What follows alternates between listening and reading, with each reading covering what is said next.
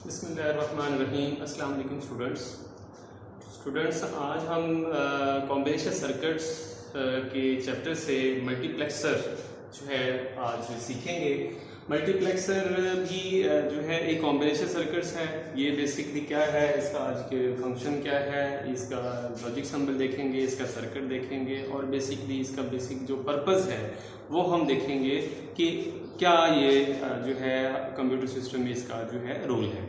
Multiplexer बहुत ज़्यादा important है। आप इसको इस हिसाब से कह सकते हैं कि जैसे आपके घर की वायरिंग है और आपने एक मेन पैनल बोर्ड होता है और पूरे घर की वायरिंग जो होती है वो एक ही मेन पैनल बोर्ड की तरफ जा रही होती है। मीन्स कि लॉट ऑफ लाइंस होती हैं, लॉट ऑफ वायर्स होती हैं और उसको एक पॉइंट पे लाके जो है वो जोड़ दिया जाता है। ठीक है, इस कॉन्सेप्ट को आप ज़रा ज़हन में रखिएगा और इसका बेसिकली पर्पस भी आपको समझ आ जाएगा।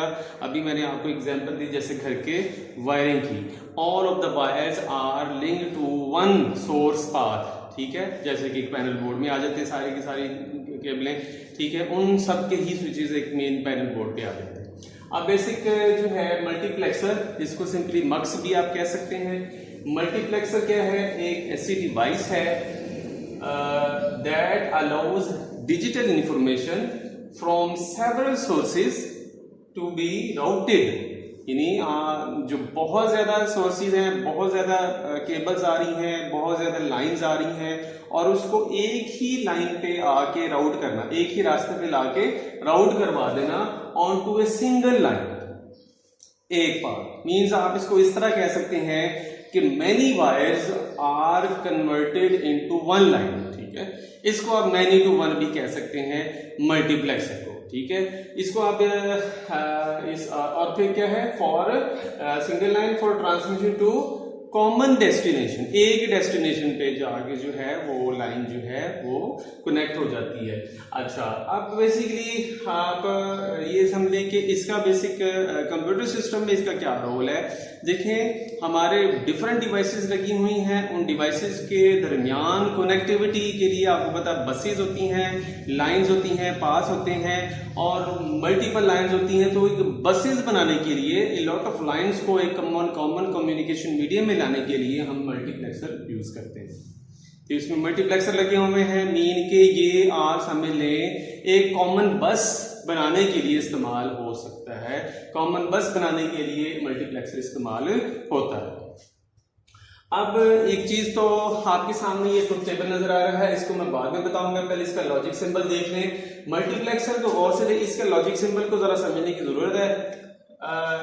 बेसिकली होता क्या है कि जो ये लॉजिक सिंबल है इसमें आप ये समझ लें कि मक्स, यहां पे आपको दो लाइंस ये नजर आ रही है जिसमें S0 S1 लिखा हुआ नजर आ रहा है। ठीक है, और दूसरी आपको डाटा इनपुट्स लाइन नजर आ रही है।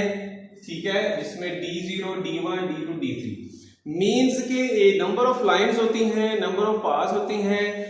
फिर उन लाइंस और पाथ में से, उन लाइन में से डाटे को सिलेक्ट करवाना है और उसके लिए हमारे पास सिलेक्शन लाइंस होती हैं। मीनिंग के दो सिलेक्शन लाइंस हैं, चार इनपुट्स हैं और एक आउटपुट। लाइक मीन्स के आपके सामने ये 4 to 1 मल्टीप्लेक्सर के हवाले से एक लॉजिक सिंबल नजर आ रहा है बेसिक। ठीक है, मीन्स के अगर 2 की पावर 2 है तो 4 इनपुट्स होंगी। ठीक है, इसी तरह 2 की पावर 3 है, 8 इनपुट्स होंगी। तो राउट क्या करेंगी, एक सिंगल कम्युनिकेशन लाइन पे राउट हो जाएगी। मींस कि यहाँ पे आप ये देख लें मैनी टू वन, तो ये इसका लॉजिक सिंबल हो गया। ठीक है, अब जरा इसके ट्रुथ टेबल की तरफ आ जाए कि पहले तो आप इसे रखें कि सिलेक्शन लाइन जरूर होंगी। मींस अगर चार इनपुट्स हैं, डाटा इनपुट्स हैं, तो 2 सिलेक्शन लाइन होंगी। ठीक है, और अगर 2 की पावर 3 है यानी 8 इनपुट्स हैं, डाटा इनपुट्स हैं, तो सिलेक्शन लाइंस कितनी होंगी? 3 होंगी। ठीक है, ये ध्यान में रखें कि आपने अगर इसका ब्लॉक सिंबल बनाना है, लॉजिक सिंबल बनाना है, तो किस तरह से बनाना है कि मींस के मल्टीप्लेक्सर में सिलेक्शन लाइन जरूर होंगी। ठीक है, ये ध्यान में रखें। और वो सिलेक्शन लाइंस ही डाटा को सिलेक्ट करके आगे को राउट करवाते हैं, ठीक है। अब फॉर एग्जांपल 2 की पावर 4 है, इसका मतलब है 16 to 1 लाइक 16 लाइंस होंगी और कितनी सिलेक्शन लाइंस होंगी, 4 सिलेक्शन लाइंस होंगी और एक लाइन पे राउट कर जाएंगी। इस तरह से आप जो है वो बना सकते हैं। अब आपके सामने ट्रुथ टेबल नजर आ रहा है, 2 सिलेक्शन लाइन है, डाटा इनपुट लाइन को मैंने D0, D1, D2, D3 लिख दिया है, ठीक है। ये हमारे उसी तरह ट्रुथ टेबल है S1 और S0, ये उनके जो है एक्सप्रेशंस हैं, ठीक है। डी वाई के हवाले से वाई जो आउटपुट है D0 और उसके बाद जो S1 और S0 जो है वो बार है, वो बार लगा दिया। जैसे S1 जो है ये बार है, ये बार लगा दिया और S0 जो है 1 है, ये नॉर्मल लाइन होगी। इसी तरह से S1 जो है ये 1 है, वो नॉर्मल लाइन है। इसी तरह जो S0 जो है ये बार वाली लाइन है, ये मैंने बार वाली। तो ये पूरे एक्सप्रेशन बन गए, कंप्लीट एक बूलियन एक्सप्रेशन बन गए। इसके थ्रू इसको देख के आपने लॉजिक सर्किट बनाना है, ठीक है।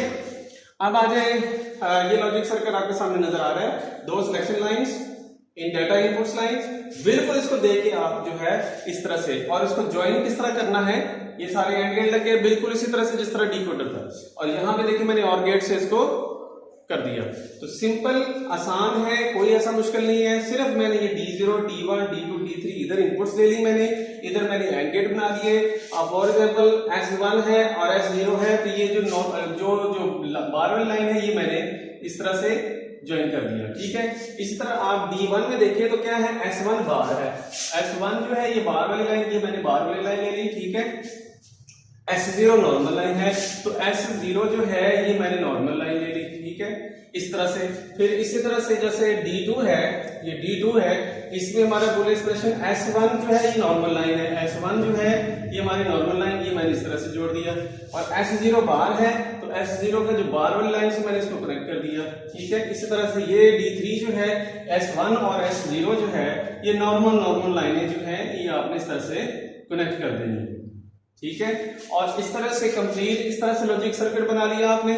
और आपने क्योंकि ये मैनी टू 1 है तो इसलिए और गेट के साथ आपने इसको 1 लाइन में कन्वर्ट कर दिया।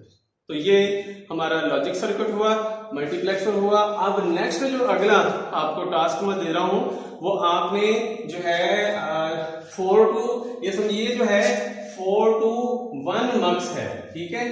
ये 4 to 1 मक्स है, आपने 8 to 1 मक्स बनाना है, ठीक है। आपकी जो है असाइनमेंट है, यानी आपने 4 to 1 जो है, सॉरी ये 4 to 1 है, तो आपने कौन सा बनाना है, 8 to 1 मक्स बनाना है आपने। बिल्कुल इसी तरह से हो गया, सिर्फ सिलेक्शन लाइंस का इजाफा हो जाएगा।